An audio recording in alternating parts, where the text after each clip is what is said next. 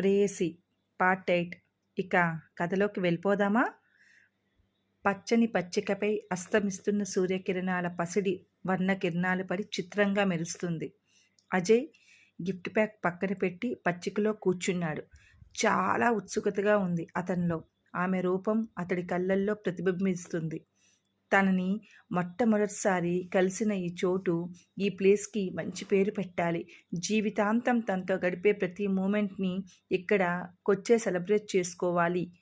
ఆమె అయ్యో అదేంటి, తన పేరు కూడా అడగలేదు, అలా ఎలా మర్చిపోయాను అనుకున్నాడు అజయ్. వచ్చి అరగంట దాటింది. ఇప్పుడు గుర్తొస్తుంది. ఆమె సాయంత్రం కలుస్తానంది. టైం ఏమైనా చెప్పిందా? లేనట్టుంది. అడగటం కూడా మర్చిపోయా. ఏంటో ఏదో తెలియని ఉత్సాహం మితిమీరిపోయి, సరే వేచి చూద్దాం. తన కోసం నిరీక్షణ కూడా మధురంగానే ఉంది. సూర్యుడు పడమటి కొండల్లో జారిపోయాడు. పక్షుల కిలకల రావాలు ఆహ్లాదంగా ఉన్న ఆ సమయం, సర్రున కోస్తున్న చలిగాలి, ఆమె ఊహలు పంచుకోబోతున్న జీవితం అన్నీ అతడి పెదవులపై అప్పుడప్పుడు చిన్నపాటి చిరునవ్వు. ఇంతలో అతడి ఫోన్ మోగింది. అమర్ అనుకుంటూ ఫోన్ లిఫ్ట్ చేసి, హలో గురు అన్నాడు అజయ్. రేయ్, అమ్మాయి వచ్చిందా అన్నాడు అమర్. లేదు, ఇంకా లేదు, వస్తుందిరా అన్నాడు అజయ్. రేయ్, ఇప్పుడు టైం ఎంతైందో చూసావా? 7 దాటింది. చలిగాలి ఎక్కువగా ఉంది. రారా బాబు అన్నాడు అమర్.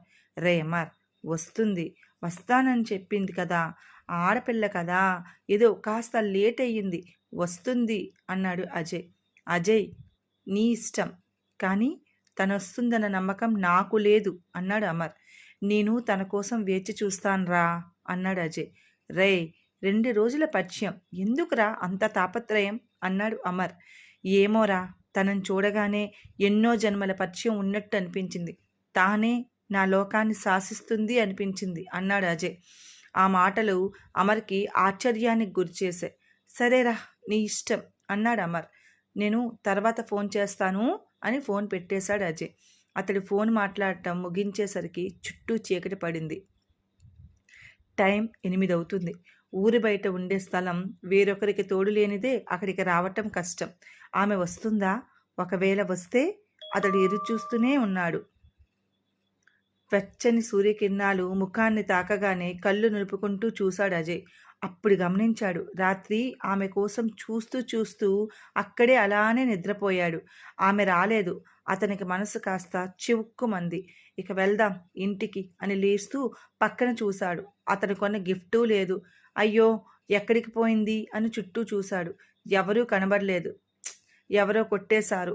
తన కోసం కొన్న గిఫ్ట్ మిస్ అయింది అనుకుంటూ పక్కనే ఉన్న స్లిప్పర్స్ వేసుకొని కదిలాడు అజయ్. ఈసారి కలిసినప్పుడు ఖచ్చితంగా తన పేరు తెలుసుకోవాలి అనుకుంటూ రోడ్డుకి పక్కగా ఉన్న కారు వైపు నడిచాడు అజయ్. ఇంకో సీన్లో నానమ్మా నానమ్మా అంటూ అరుస్తున్న మనవరాలికేసి చిరాగ్గా చూసింది రోహిణమ్మ. ఏంటే ముసలి, అలా చూస్తున్నావు?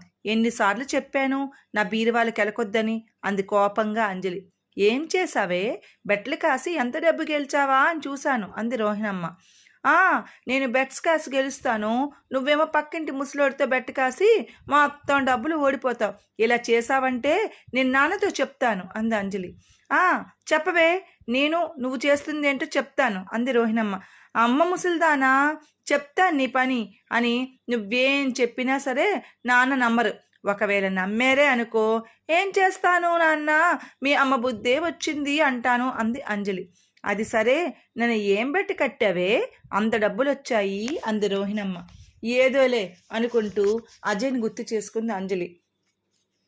నా కోసం వచ్చి వెయిటింగ్. అతడు ఎవరో ఏమో, అంతగా ఆలోచించకూడదు అనుకుంది అంజలి.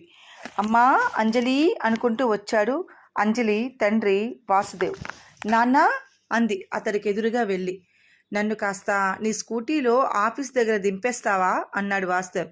ఏ నాన్న, ఈరోజు ఆఫీస్ కార్ రావడం లేదా అంది అంజలి. అది నాకు ఇకపై కార్ పంపరమ్మా, ఈ ఏడాది కాస్త నష్టం వచ్చింది, మా యజమానికి కాస్త కోపం వచ్చింది అన్నాడు వాసుదేవ్. అదేంటి నాన్న, కంపెనీకి నష్టం వస్తే నీ కారు పంపకపోవడం ఏంటి అంది అంజలి. పట్టాభి అమ్మా అక్కడ. సర్లే, టైం అవుతుంది, దింపేస్తావా అన్నాడు వాసుదేవ్. అలాగే నాన్న అంది అంజలి. వాసు, క్యారేజ్ రెడీ చేశాన్రా, పట్టుకెళ్ళు అంది రోహిణమ్మ. సరే, నువ్వు బెడ్స్ అవి కట్టకమ్మా, ఇప్పటికే టైట్గా ఉంది, కాస్త ఈ నెల కాస్త ఒద్దిగ్గా ఉండు అన్నాడు వాసుదేవ్. అంజలి రోహిణమ్మ వైపు చూసి గుంబనంగా నవ్వి బాయ్ నానమ్మా అని బయటికి వెళ్ళిపోయింది. ఇది మాత్రం తప్పించుకుంటుంది బాగానే అన్ని మూతి 33 వంకరలు తిప్పింది రోహిణమ్మ. తల్లివైపు చూసి చిన్నగా నవ్వి ఆఫీసుకు వెళ్ళొస్తానమ్మా అని చెప్పి గోడకి వేలాడుతున్న భార్య ఫోటో వైపు ఓసారి చూసి బయటికి నడిచాడు వాసుదేవ్. అప్పటికే స్కూటీ స్టార్ట్ చేసి రెడీగా ఉంది అంజలి. అంజలి పదమ్మా అన్నాడు వెనక కూర్చొని వాసుదేవ్. స్కూటీ ఆ సన్నని రోడ్స్ వెంబడి ప్రయాణం చేస్తూ కూనూరు టీ ఫ్యాక్టరీ ముందు మరో 20 నిమిషాల్లో ఆగింది. గేట్ ముందు ఉన్న కార్ చూసి అమ్మో పట్టాభి వచ్చేసినట్టున్నారమ్మా, నువ్వెళ్ళు అని కంగారుగా వెళ్తున్న తండ్రిని చూసి ఏంటో నాన్న అనుకుంటూ వెనక్కి వెళ్ళబోతూ తను వెనకే నడుస్తున్న వ్యక్తిని స్కూటీతో పాటు గుద్దేసింది అంజలి. అబ్బా అని నొప్పితో అరిచిన అరుపుకి విని కంగారుగా వెనక్కి చూసింది అంజలి. తరువాత ఏం జరిగిందో, ఆ వ్యక్తి ఎవరో తెలుసుకోవాలంటే మా ప్రేయసి 9వ భాగం కోసం ఎదురు చూడండి. అంతవరకు సెలవు. శుభదినం.